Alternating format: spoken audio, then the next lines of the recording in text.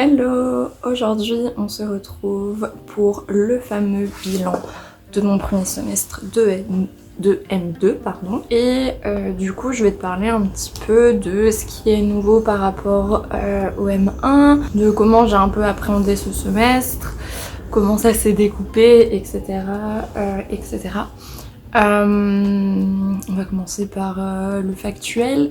Au niveau des cours que j'ai suivis, du coup là, on doit suivre que 2 cours, que 2 séminaires. Donc évidemment celui de ton chargé de mémoire et un autre que tu choisis au choix, peu importe ta spécialisation. Donc j'ai pris en fait les mêmes que l'année dernière.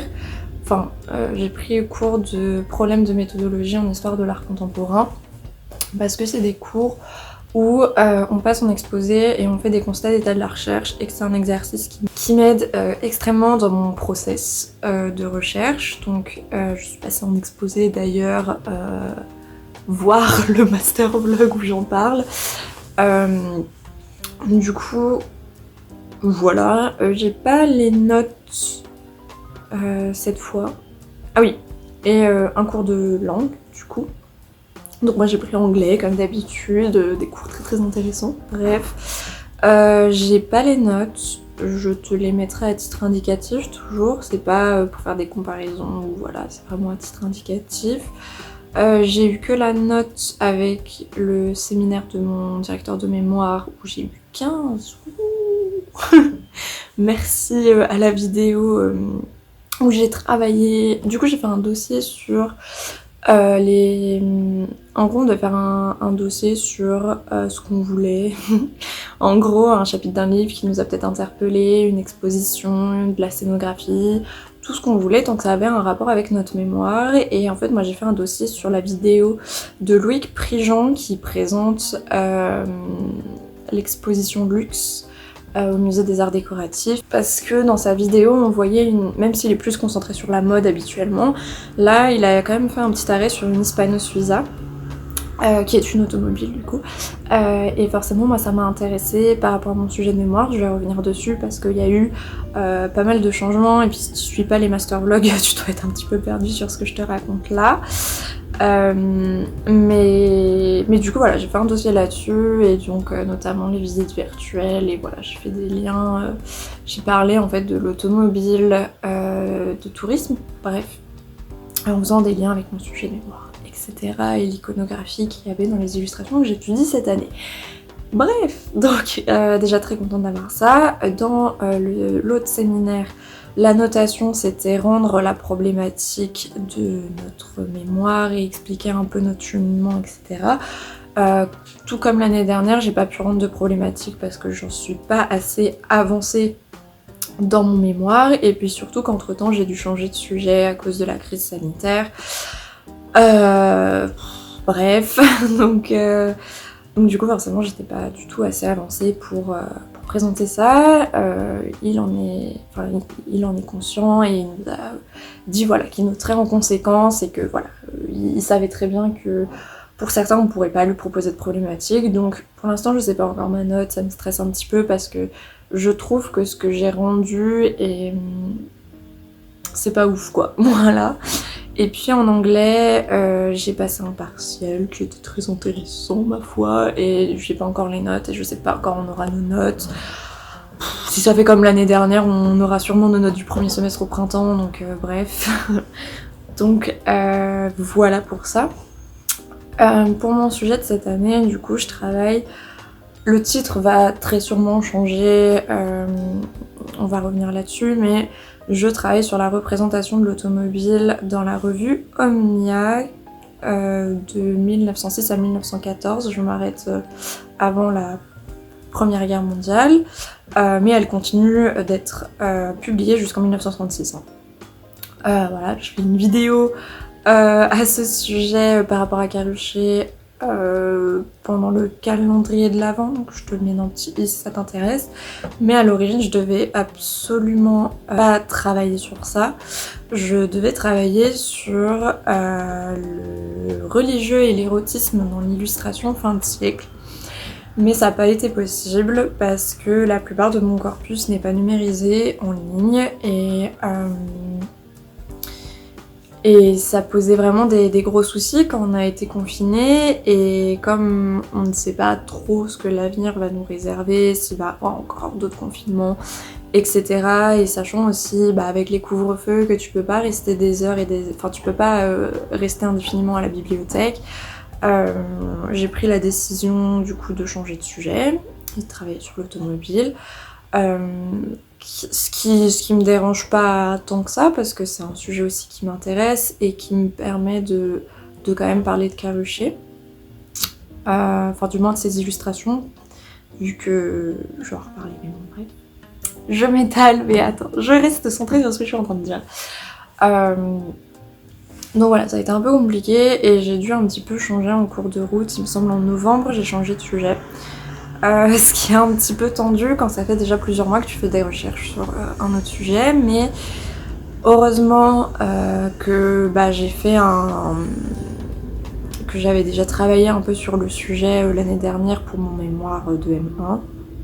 Mais voilà, un petit peu compliqué de se réadapter et de repartir sur une nouvelle trajectoire qui n'a plus rien à voir, même si oui, effectivement, il y a peut-être un lien religieux, parce que voilà, la voiture va être déifiée parfois, mais ça n'a rien à voir. Donc, quoique, elle peut être aussi érotisée, la voiture. Bref, du coup, voilà, un peu compliqué de changer de cap. Et du coup, ce qui change un peu par rapport au M1, c'est que cette année, les sujets de mémoire doivent être plus thématiques, notamment de l'optique de faire une thèse, même si tu fais pas une thèse, mais c'est un peu dans cette optique-là. Je ne compte pas aller en thèse, peut-être un jour, mais là non, j'ai pas envie. Et du coup, c'est beaucoup plus thématique. Et comme l'année dernière, j'ai fait un travail monographique sur André Karrueche, voilà, c'est aussi une nouvelle, entre guillemets, méthodologie à intégrer. Enfin, du moins, je dois m'adapter d'une autre façon et travailler d'une autre façon que l'année dernière. Et puis, en fait, comme je travaille sur un tout autre sujet, c'est pas aussi les mêmes choses à étudier et les mêmes lieux à fréquenter, etc. Enfin bon, bref. Donc effectivement, il y a eu ça comme changement. Évidemment, les cours à distance, l'année dernière, on n'avait pas eu de cours à distance. Les profs nous avaient laissé tranquilles parce qu'on était déjà en phase de rédaction pour nos mémoires. Donc on n'avait pas eu de cours à distance l'année dernière pendant le confinement. Cette année, on les a. On a certains profs, du coup, qui ont réduit leur temps de cours pour pas que ça soit trop lourd pour nous, parce que voilà, les cours à distance c'est un peu relou, quoi, bref. Et pour nous laisser aussi un peu nous concentrer sur notre tâche principale qui est les mémoires. Et ça va, il n'y a pas eu trop de soucis, tout s'est bien passé, les profs ont su gérer la situation, ont compris comment fonctionnait Zoom, etc. Donc ça va, et puis dans tous les cas, on n'a pas non plus des journées de cours très intenses, on a genre 2 cours par semaine, donc voilà, c'est un petit rendez-vous hebdomadaire, et puis voilà. Après, les quelques petits changements avec le M1, c'est que du coup, en fait, je sais déjà directement vers quoi me diriger, vers quel lieu fréquenter, etc. Je suis beaucoup plus confiante dans mes process de recherche. Mais le gros souci, c'est que par rapport à l'année dernière, du moins dans mon cas, mais je sais que c'est le cas de beaucoup de personnes, c'est que il y a quand même une grosse perte de motivation et que c'est plus compliqué de se motiver à travailler et se motiver à faire des recherches dans ce contexte. C'est assez compliqué mentalement en ce moment. C'est compliqué. En fait, au début, ça allait, genre, j'étais tranquille et tout. Je faisais ma vie, je faisais mes recherches, etc. Je suis partie en week-end prolongé, on va dire, entre potes à Lille pour aller voir un pote qui étudie là-bas. J'ai vu mes potes, etc. Et puis là, la fin du semestre, c'est un peu compliqué parce que tout s'accumule et en même temps, les dates clés liées aux mémoires arrivent et sont en train de se passer, comme devoir trouver une problématique, prévoir son plan, etc. Chose que je ne peux pas faire parce que je suis pas assez avancée dans mes recherches et du coup, c'est forcément très stressant. En même temps, forcément, je pense à trouver un taf pour cet été.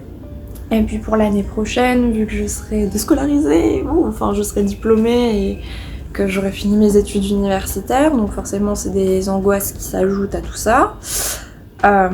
J'avais un projet normalement après mon master qui forcément ne peut pas se réaliser vu les conditions actuelles et que j'ai préféré reporter à l'été 2022, mais c'est pas grave, c'est pas genre mon angoisse principale. J'ai envoyé des CV, etc. un peu à tous les musées parisiens pour essayer de trouver un taf et tout. C'est un peu compliqué. Là c'est le début, donc je vais commencer à recevoir des réponses ou non.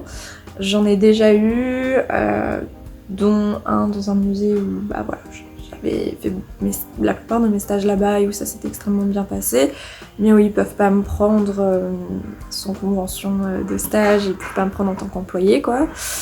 Parce que pas assez de thunes, hein, on va pas se le cacher, ou tout simplement pas de place disponible aussi.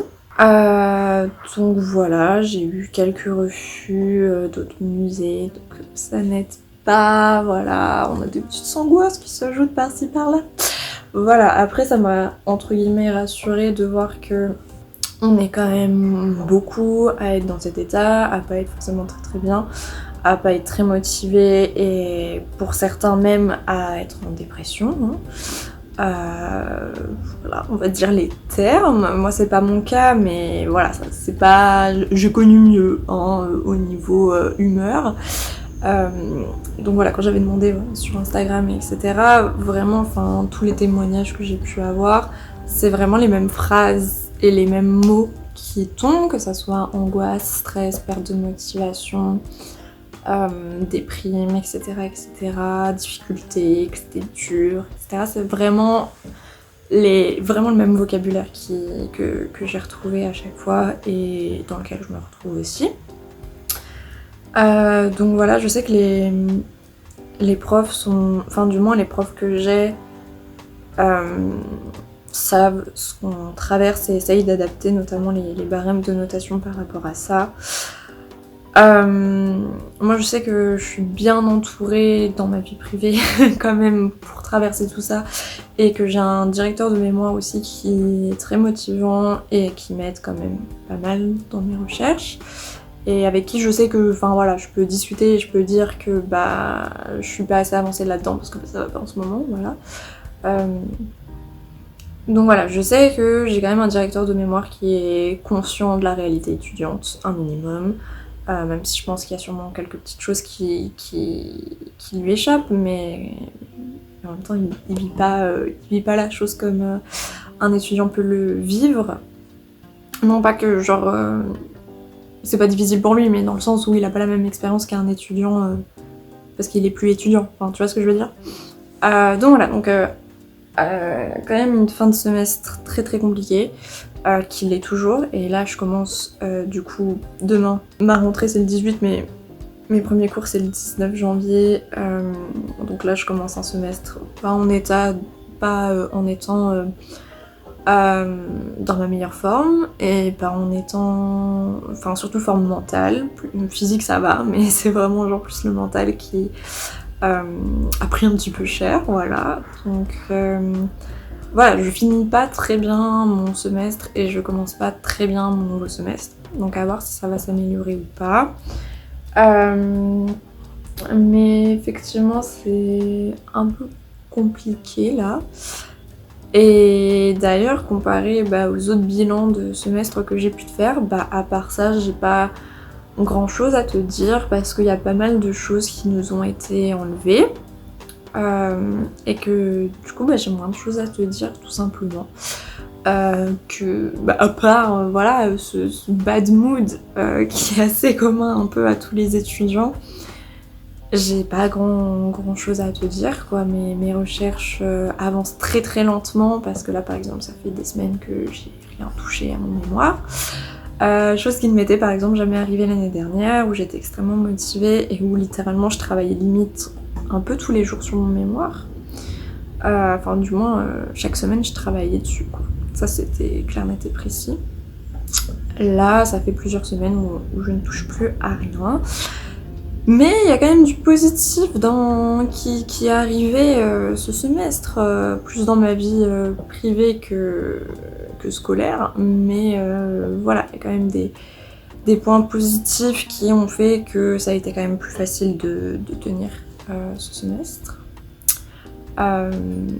Et voilà, donc en vrai, j'ai pas trop d'autres choses à dire. Et au moins, je pense que cette fois, ce bilan a pu être concis, ce qui n'est pas si mal, parce que je parle beaucoup trop à chaque fois. En soi, si tu veux plus d'ancrage dans le présent ou de choses directes qui se passent là dans mon année scolaire, je te conseille plutôt de regarder les masterlogs. Parce que là, dans ce bilan, vraiment, enfin, j'ai rien à dire. Enfin, c'est pas que j'ai rien à dire, à part ce que, bah voilà, ce que j'ai pu te développer avant, mais j'ai pas d'autres choses à développer, parce que, bah, on est coupé de beaucoup de choses, et que ça fait que j'ai pas beaucoup de choses non plus à te raconter. Donc voilà, je pense qu'il va nous falloir quand même pas mal de courage pour finir cette année. Mais écoute, je pense que c'est tout pour ce bilan, du coup. Désolée. Mais du coup, on va se retrouver dans une prochaine vidéo. Salut!